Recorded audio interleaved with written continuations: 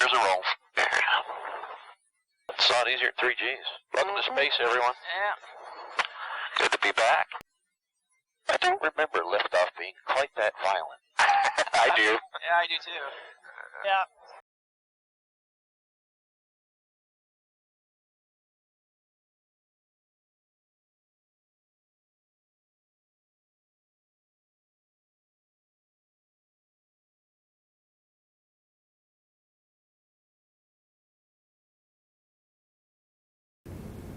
Why did you want to be an astronaut? Well, I told you I used to draw these little rockets when I was a kid. I followed through as many of the moon missions. I remember a couple more than others. And did that make me want to be an astronaut? I don't know. I was enthralled by it at the time. I think it made me interested in space. It made me want to understand things that are larger than life. I think that's why I wanted to go fly for the Navy and land a plane on an aircraft carrier. I had, when I was in college, some co-op assignments in a nuclear power plant. I just had this desire to understand things that just seemed too big to be understandable. And maybe that's where my desire to be an astronaut came from. I want to learn more about the whole Chris Ferguson story. Start by telling me about your hometown and what it was like for you growing up in Philadelphia. Sure. As you said, Philadelphia was my hometown. I was fortunate enough to be, I was born, raised, and got to spend, all of my grade school and high school years in one place, which was really nice. We had a close-knit community in Northeast Philadelphia. Still keep in touch with a lot of the neighbors and friends from high school. Went to school not too far away in downtown Philadelphia at Drexel, and very fond of those days. I was a big Philly sports fan. Loved the Phillies, loved the Eagles, loved the Flyers. Go Flyers! And then we, when Navy time came, we moved out, and really, I have a lot of family back there, and we miss the area, but haven't been back there in about 27 years right now. But a lot of fond memories. Did you get a chance to see it from space? Yeah, I did. On my last flight, we tried to. It was during the wintertime, and winter's always cloudy, but there was a particularly clear day. And I noticed just prior to landing we were going to make a pass that was going to take us close to Philadelphia. And you don't spend a lot of time, you wish you spent more time looking out the window while you're up there, but you just unfortunately don't have the time to spend looking out the window. But this was an hour that we had, and I remember coming up on the Great Lakes and making out the Great Lakes, and then thinking, well, we're getting closer. And but little did I know how close we were, because I was able to look out while we were over the Great Lakes, and I saw the Chesapeake Bay, the Virginia coast, I saw Manhattan Island, Long Island, and eventually honed my way, and this is over the Great Lakes. I was able to pick all this out, and eventually found what I thought was the Philadelphia area, and we ended up passing about 100 miles to the north, but it was oblique enough that you could look out and you could make out. So yes, I did find Philadelphia from space. You could recognize it even at 100 miles. What sticks out? Downrange. The rivers stick out. The airports stick out. You can find. So I define. I guess there's the International Airport. There's Northeast Philadelphia Airport. Use the airports. They help. Bridges help too. How do you feel like the people and the place help make you the person that you are? Well, I owe a lot to my parents, of course. My parents extraordinarily supportive. Unfortunately, I lost my father at a very young age. I was 20 when he passed away, and a lot of folks have said to me, "What would your father think if he could see you today?" And he would have loved every moment of this. I'm certain of it. My mom, Marianne, she's was an incredible source of support. They worked very hard to put me through a parochial school in the Philadelphia area, which. It's a private school, and it's not trivial. I mean, it's even more difficult, I think, today to maintain that kind of tuition going through elementary and high school. But I owe an enormous amount to my parents. And of course, I said I went to a parochial school, Archbishop Bryan High School, St. Martha Grade School up there, and still to this day keep in touch with several of the teachers, and have had a chance to thank them personally for the inspiration that they gave me, although they didn't know it and I didn't know it at the time, how they inspired me to continue down my path where I enjoyed math, I enjoyed science, biology, physics, my favorite subjects going through school. Take me on the rest of that trip after high school and going on to college and in your professional career in the Navy? What did you do to end up being an astronaut at NASA? I remember in college I had a big decision to make. It was, I knew I was going into the Navy, and I didn't know whether I wanted to fly or if I wanted to become a nuclear power officer and a nuclear reactor officer on an aircraft carrier or a submarine. And it was one of our summer, we called them cruises as a midshipman, where they exposed you to these various facets of Navy life. And it was after one of those I said, well, I think I'd like to fly. So that cemented it right there. You know, about that time, a movie like The Right Stuff came out, and I always had a fascination about naval aviation. And then I learned that a lot of the early astronauts were Navy pilots. They all went to Navy test pilot school. So I began to, never with the intent of ending up as an astronaut, I began to put myself in these positions so I could go to test pilot school, I could get an advanced degree at the Navy's postgraduate school, just to put myself close enough that if the opportunity arose, I could apply to be an astronaut. And everything worked out really well. You know, military service is challenging on the family, but my career, those arduous deployments were spaced out just enough that we could recover, and ended up doing a 26-year career. Of course, selected to NASA after about 14 years of it. So it just worked out. I was very fortuitous that things worked out the way they did for me. You didn't go to be a Navy flyer so you could become an astronaut, if I No, understand it. no, absolutely not. I wanted to land it. I wanted to land a jet at an aircraft carrier. I wanted to see if I could do that, that worked out really well. Spent some time, met some fantastic people in two different squadrons, VF-11, VF-211 in the Navy, and just enjoyed the living daylights out of that. Enjoyed the engineering aspect, enjoyed being a test pilot, and the whole science side of flying. Worked with weapon separation. You know, there's a whole science to making sure that a missile or a bomb separates correctly from an airplane, because the aerodynamic forces are very high. They could cause to push it back up, and you don't want anything like that. Just loved the aerodynamic side of things, but didn't do it to be an astronaut. It was just something that fell out. The Navy career that you had has its share of dangers. You ended up in a job as an astronaut that has its own unique set of dangers too.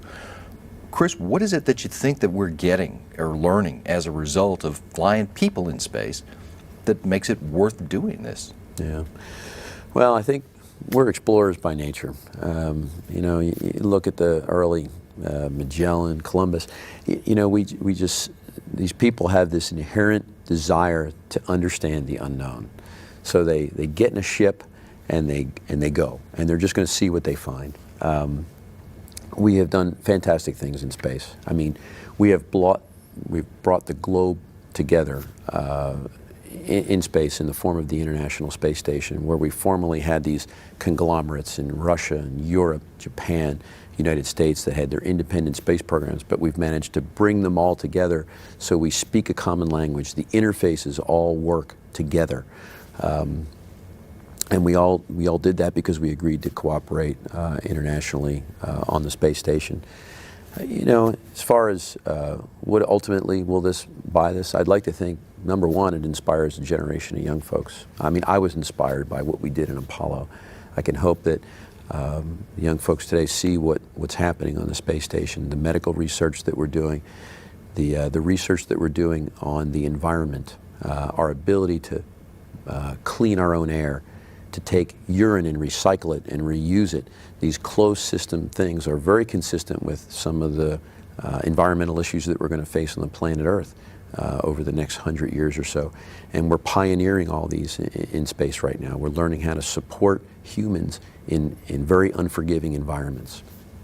So, I mean, I could continue. The list goes on, but you know, we have a home up there, and we're destined to be up there, and we're destined to go beyond low Earth orbit, perhaps set up a colony on the moon and go on to Mars.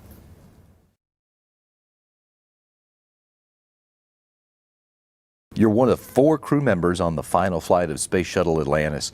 Chris, give me a summary of the work that's planned for STS-135 and what your job's going to be. Sure.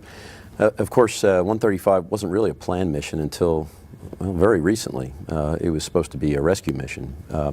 Since the orbiter was ready, they were stacking and processing it just like it was a regular flight. They said, well, you know, if we put an MPLM in the back and we load it up with cargo, we can probably get an extra year's worth of provisions up to the space station. So I think that's how the evolution of STS-135 came about. As far as what we're doing, big picture, we're delivering about 17,000 pounds of cargo in an MPLM.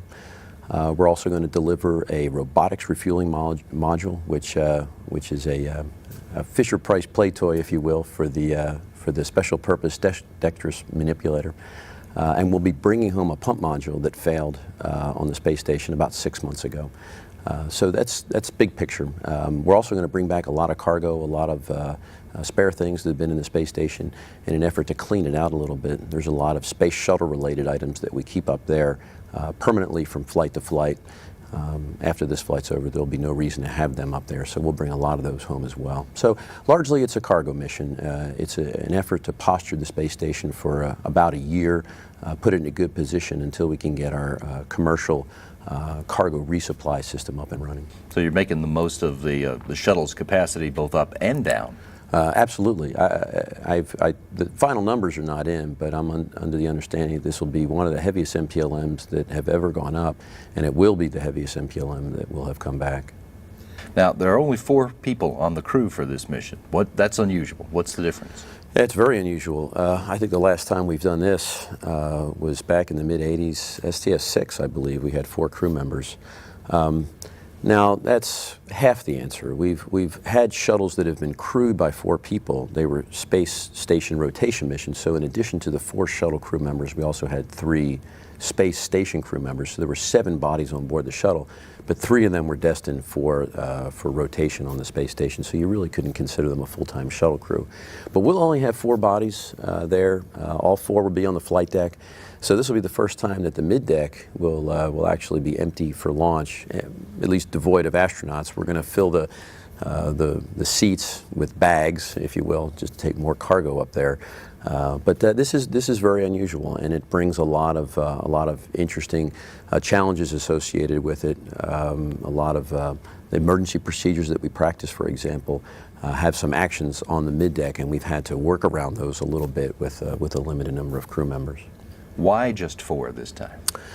Well, it has to do with the fact that there is no rescue shuttle for this flight. Of course, since Columbia, we've had a very engaging program of inspection and the capability to rescue a crew in the event that the shuttle incurred some launch damage like Columbia did back in 2003.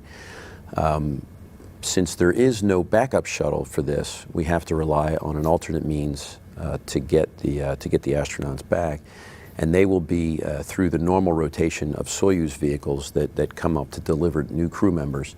Now we launch about 4 Soyuzes per year with alternating crews of 3 on them, so there's always 6 people aboard the space station. In the event, for some reason, Atlantis does incur some type of damage that would prevent it from being a successful reentry vehicle, we'll stay aboard the station and we'll wait for that rotation of Soyuzes to come up. Instead of coming up with 3 people, however, they'll come up with 2, which will leave an empty space for one of the shuttle crew members to get back. It's a well thought out but lengthy rescue process. The first crew member would return about 80 days after the space shuttle was stranded, and the last crew member would be about 340 days, so close to a year on orbit. But it's a very low likelihood scenario. If you believe the statisticians, about 1 in 560 is what they calculate the need for shuttle rescue would be. So like then one at a time, you and your crew members would take advantage of that empty seat on the Soyuz to come down. How do you feel about possibility of flying on a Soyuz vehicle and of spending a few extra months in space? Well, I think, we take these things in stride. I mean, we've all accepted this. I think it would, in an interesting sort of way, it would be an an easy way to get a space station increment without the year and a half or the 2.5 years of training. Not, of course, that we would want anything like that, because there are people that have trained for years for those positions, and we certainly wouldn't want to take them from them. But as far as the preparations that have gone on to get us ready, the NESC, the NASA Engineering Safety Committee, has put together an excellent plan that showed the Space Missions Directorate that we are ready to do this. We have extra Russian language training. We've received extra space station systems training. We've been fitted for Sokol suits and IELKs, the seat that we return in on the Soyuz. This has been well thought out. We're very well prepared.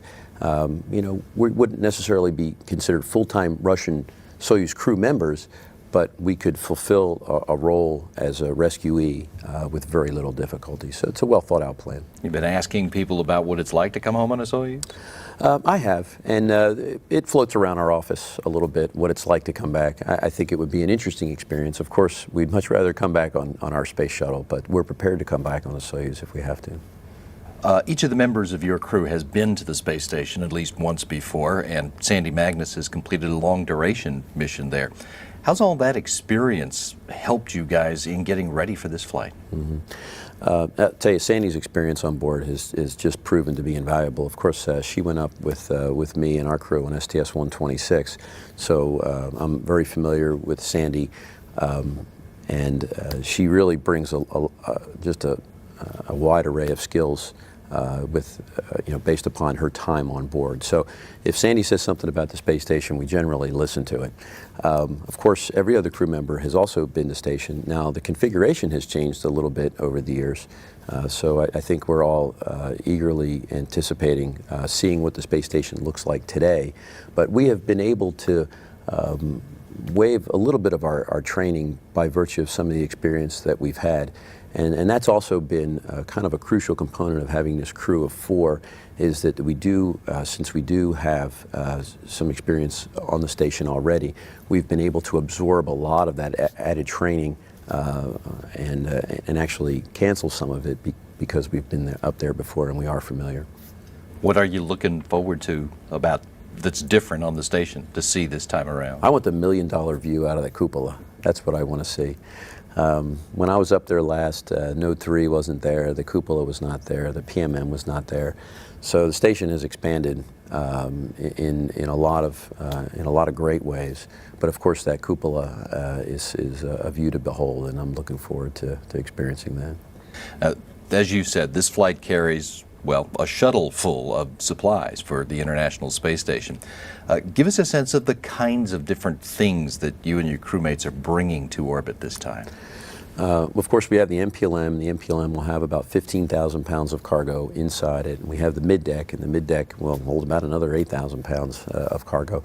In the MPLM, I looked at the list yesterday. We have a lot of clothing, a lot of food, to the tune of about 4,000 pounds. And of course, we want to put the space station in a good position to be self-sustaining for up to a year, and that's about what it takes.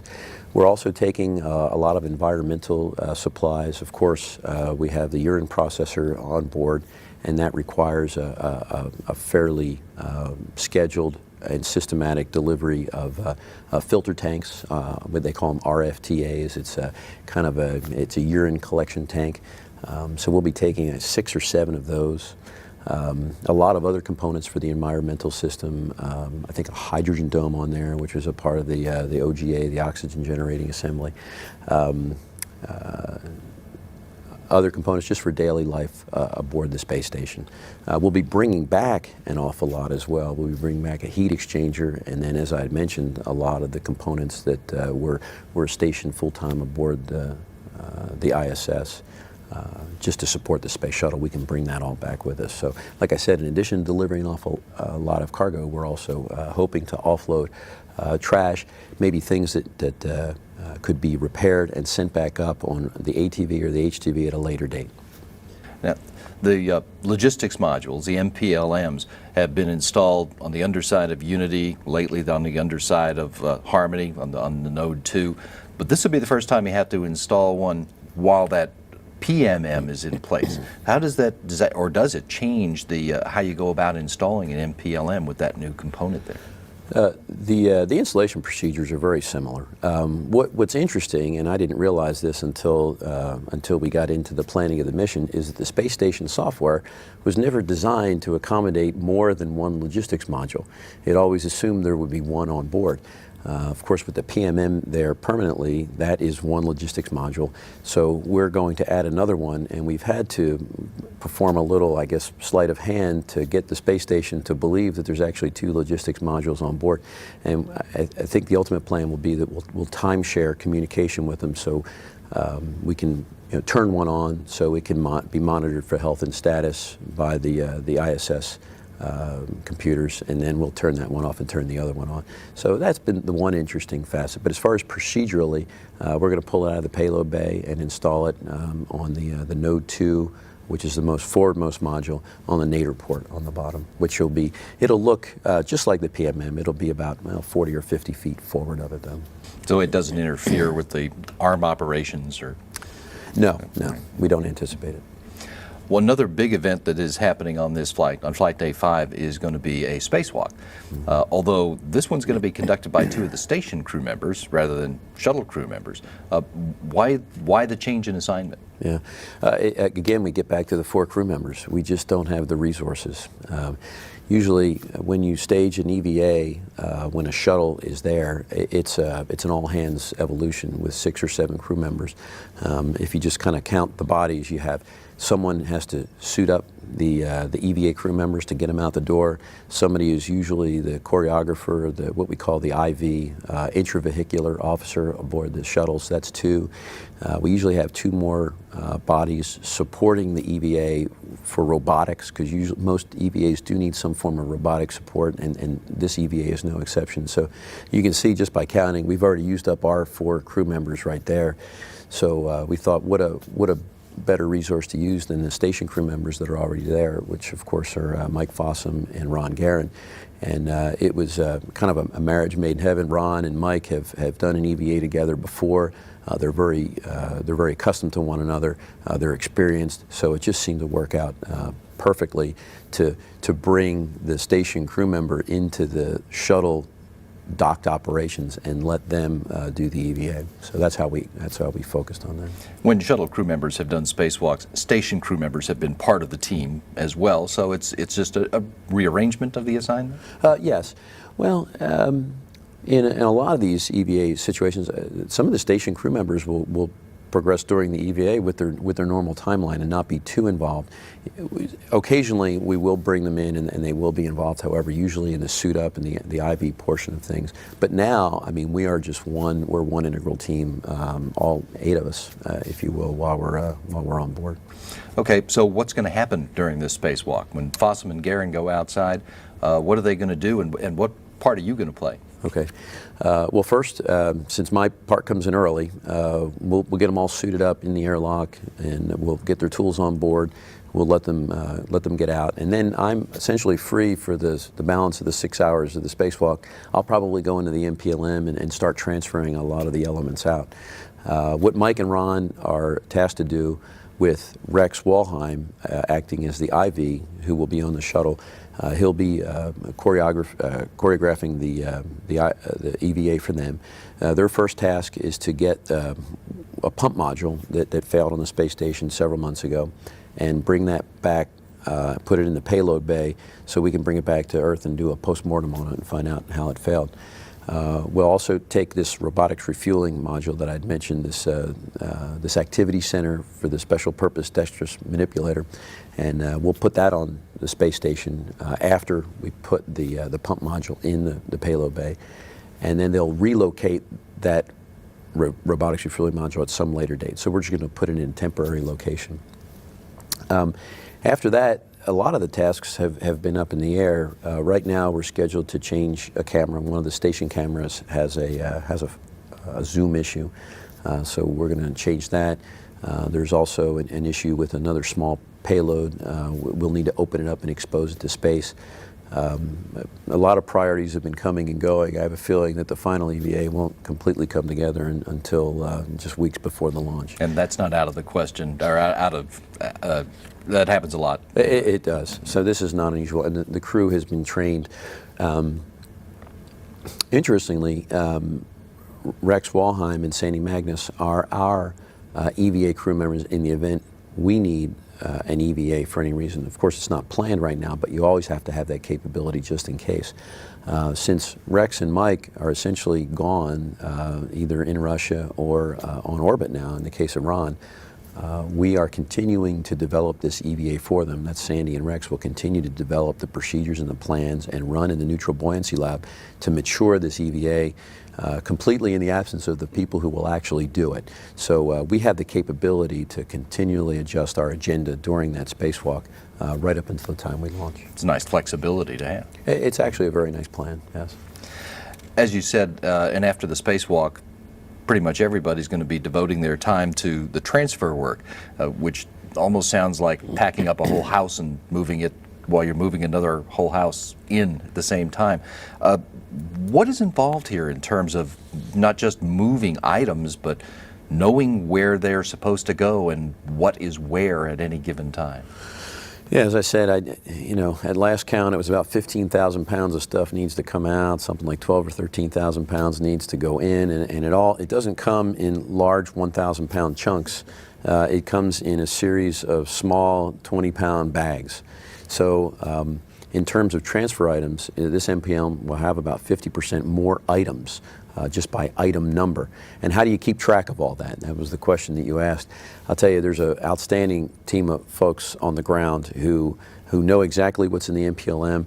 They've labeled everything appropriately. We have daily list updates, and we take the bag with the location code on it. We go put it in that location in the space station. Typically while we're there, we'll pick up something else that's labeled for return. We'll bring it back and we'll stage it. So we'll try to slowly transfer things out of the MPLM while simultaneously bringing things back in. It's an incredibly efficient process, but you would never know it to look at it on the first couple days. It's only until the last day or so that it really begins to come together, and you realize that slowly but surely, bag by bag, you're doing this giant dance as you get things in and out of the MPLM.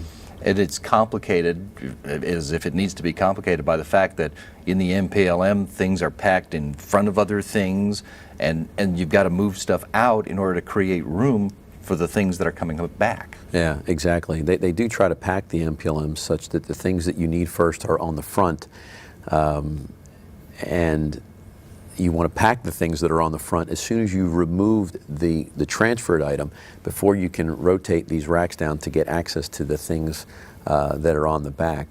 And what has actually made this MPLM more unique than others is that typically, like I said, you could move things in 1,000-pound chunks by taking an entire rack and moving out and installing it in a location on the space station.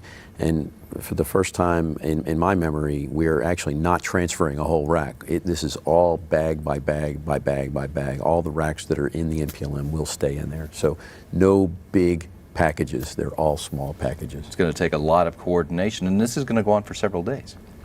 We have about 3.5 days devoted to it. If you had to tally it up in man hours, it's about 140 man hours.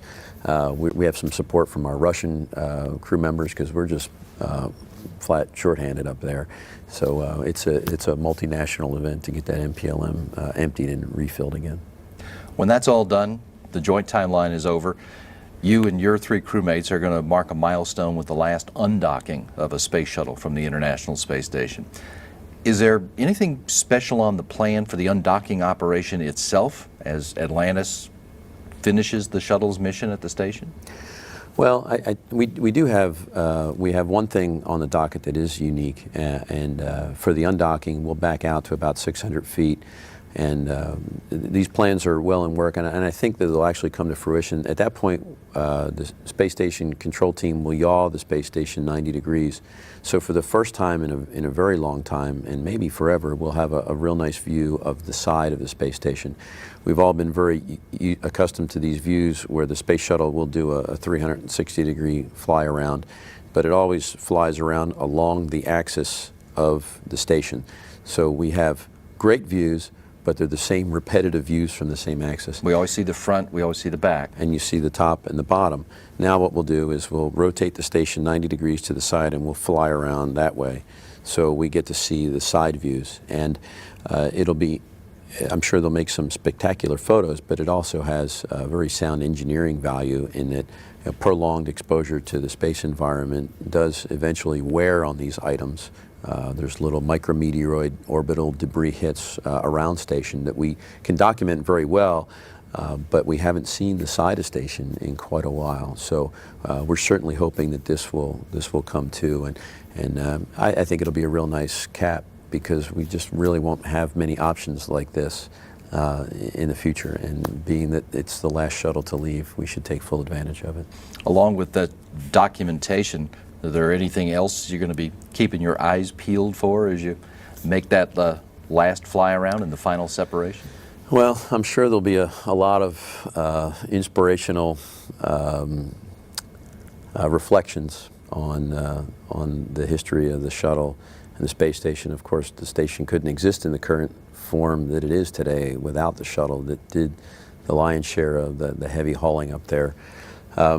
You know, as far as we'll keep keeping our eye out for, we want to make sure Sandy's on the right side of the hatch. Of course, she enjoyed her time on the space station, but we're really going to need her. We're going to be very busy after we undock, and we want to make sure everybody's on board.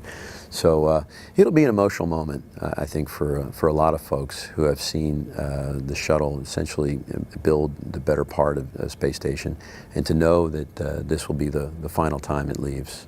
And I'm sure we'll have some good words for that.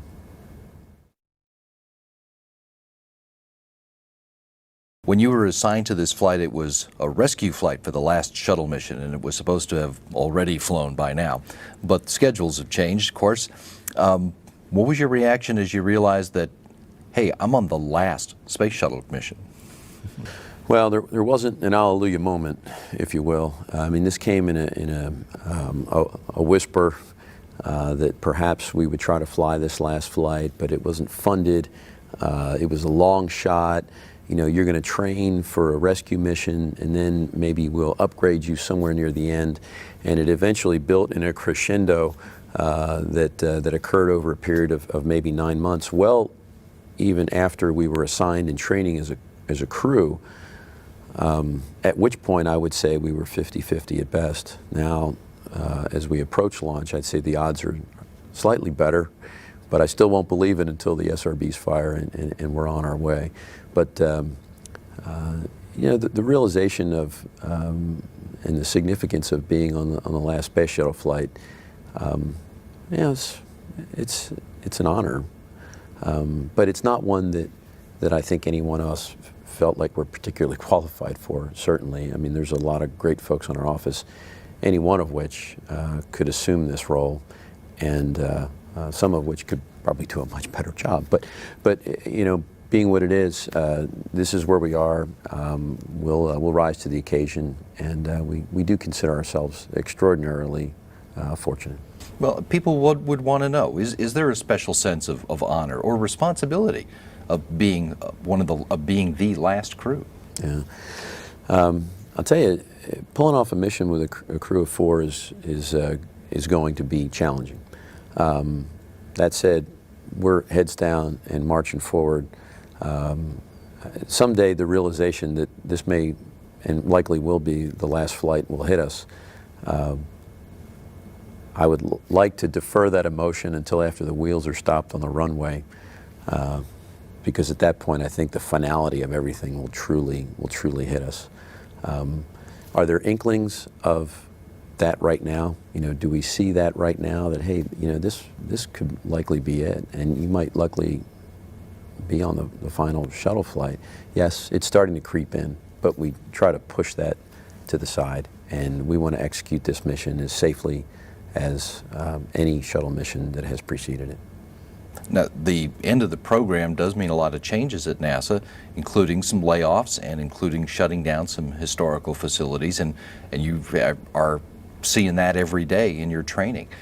What's your feeling about the decision that was made to stop flying these vehicles?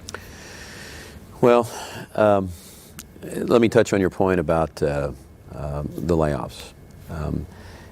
You know, I've underestimated a few things about this flight. One of them was the impact of watching a lot of friends and watching a lot of people who you know have worked long and hard on the shuttle program move on. And it has actually added a little bit to the workload, if you will, because there's a certain compulsion. You want to thank everyone. You know, you want to tell them that their time and their service has been so appreciated. And they know that, but you still feel like there's a certain part of you that wants to thank them for what they've done, and we do try to take the time out to do that. Just recently, we were at an evolution at the Kennedy Space Center called CEIT. It's Crew Element Integration Test. While we were there, a rather large layoff occurred, and we were in a room where that morning was going to be the last day for several people who introduced themselves to us as, you know, I'm so and so, and I've been working here at the Kennedy Space Center for 43 years, and that just takes you back. It's like, wow, after 43 years. So it's been an emotional time for the people, of course, who are getting ready to leave. And it's been kind of it's been emotional for the crew too, to see them go, because you know they have families. A lot of them they're well provided for, and they have very marketable skills, so they're finding jobs. But it does affect you. I hope I've answered your question in there somewhere. Well, recognizing all of that, which is undeniable, how do you feel about the decision that was made? Okay, it's time to stop flying these vehicles. Yeah. Well, it was a tough one. But the decision was made in 2003. So we've known this was coming for 8 years now. There's two camps out there. One camp says you can continue flying the shuttles for another 10 years, no problem. They're healthy. They're relatively young. They were designed for 100 flights. Some of them have only flown 33, 35 flights.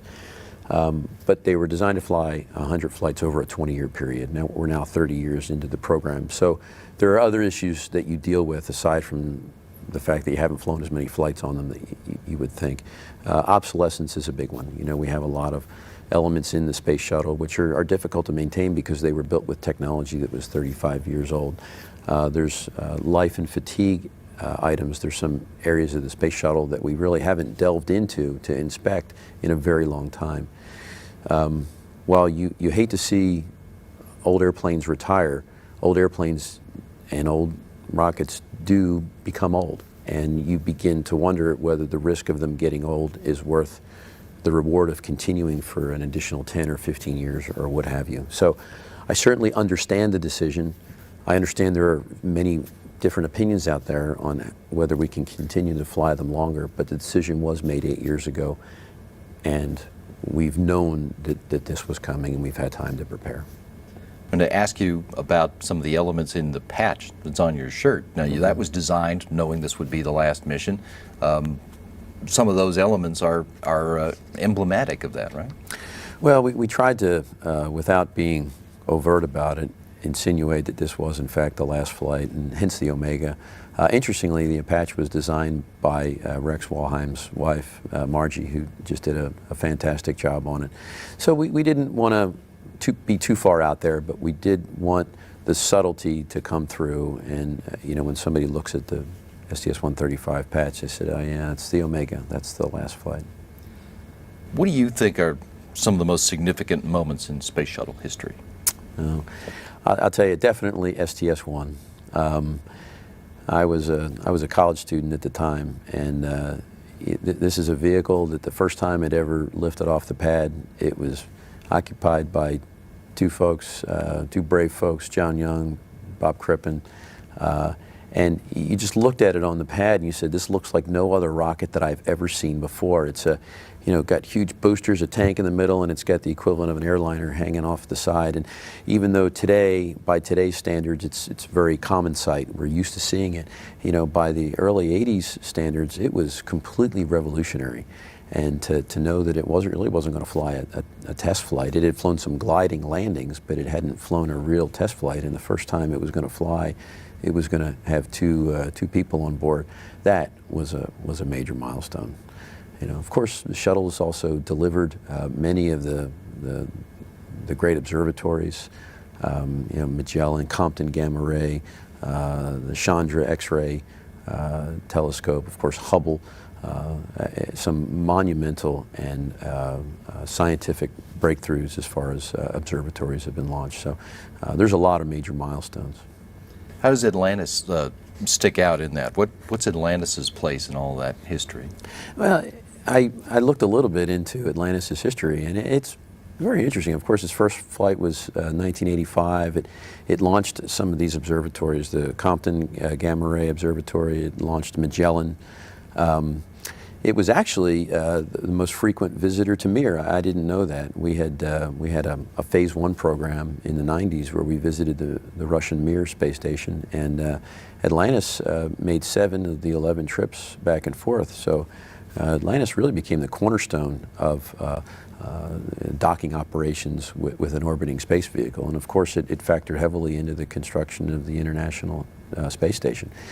Last Hubble servicing mission.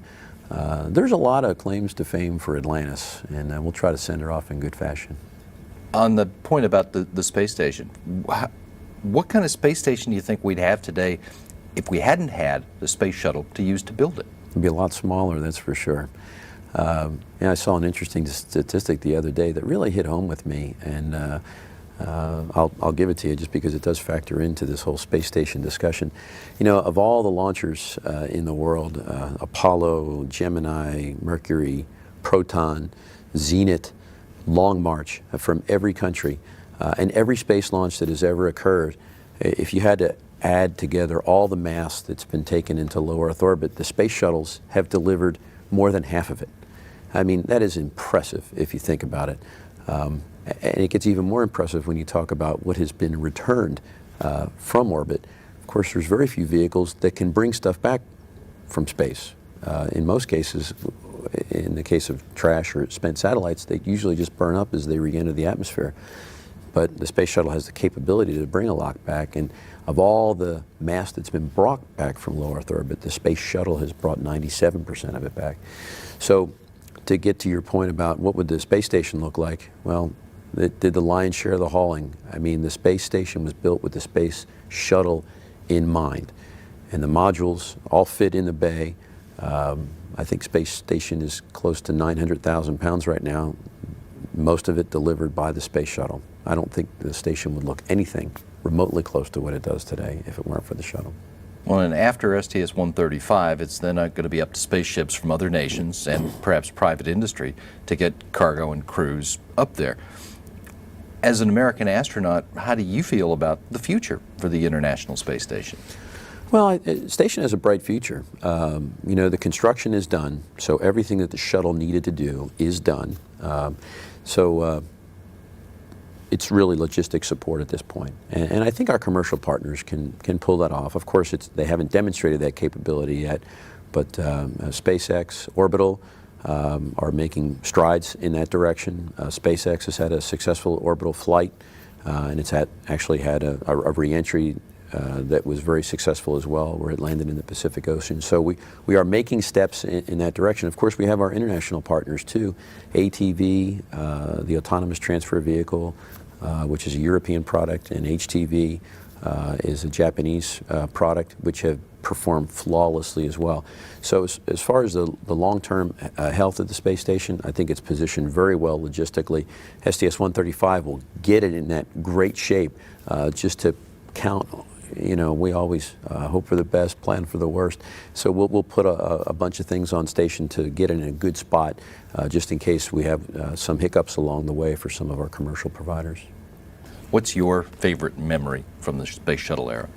Yeah, I had to think really hard about this one. There's a lot of them, and a lot of them just involve the thrill of getting to fly on a couple space shuttle flights.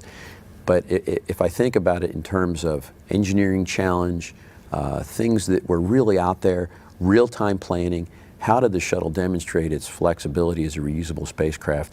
I'd have to focus on STS 49, where we had a problem grabbing an Intelsat satellite. The grapple fixture, of course, the Intelsat satellite was stuck in a bad orbit, and we had to go do something about it. So we sent 3 spacewalkers out, unprecedented, never done that before, and they just stood in the payload bay and they just grabbed this huge satellite and they plugged it in, and they did all the work they needed to do to it and sent it on its way. And I think that just epitomized the flexibility of what the space shuttle is all about.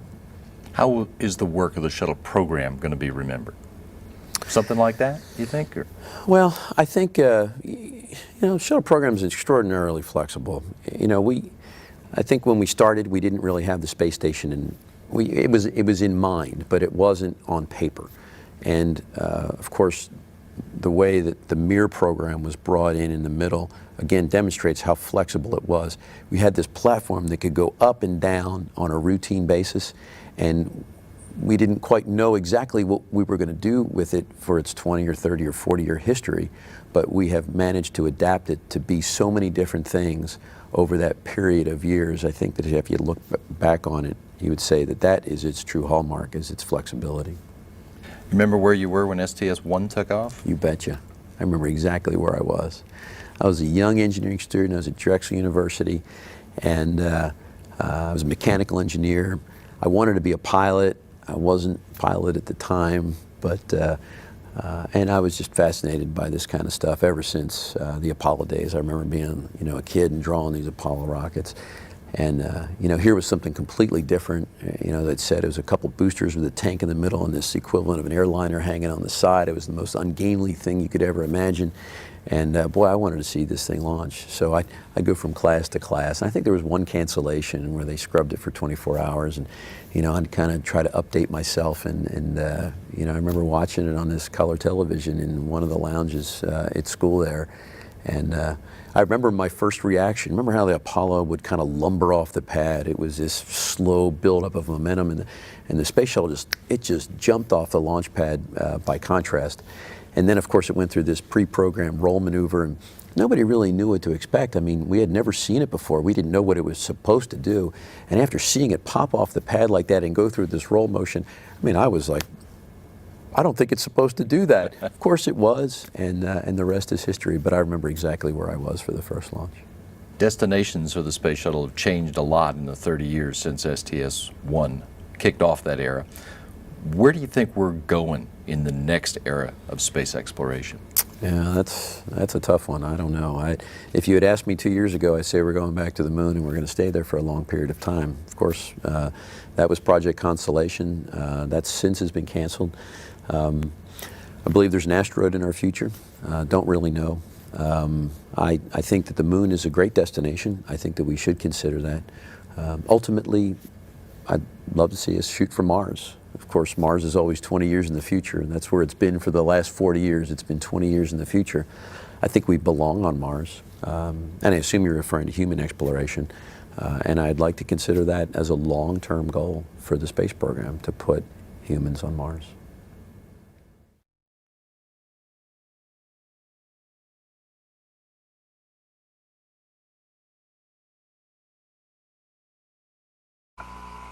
Houston, that's beautiful. This has got to be one of the most proud moments of my life, I guarantee you.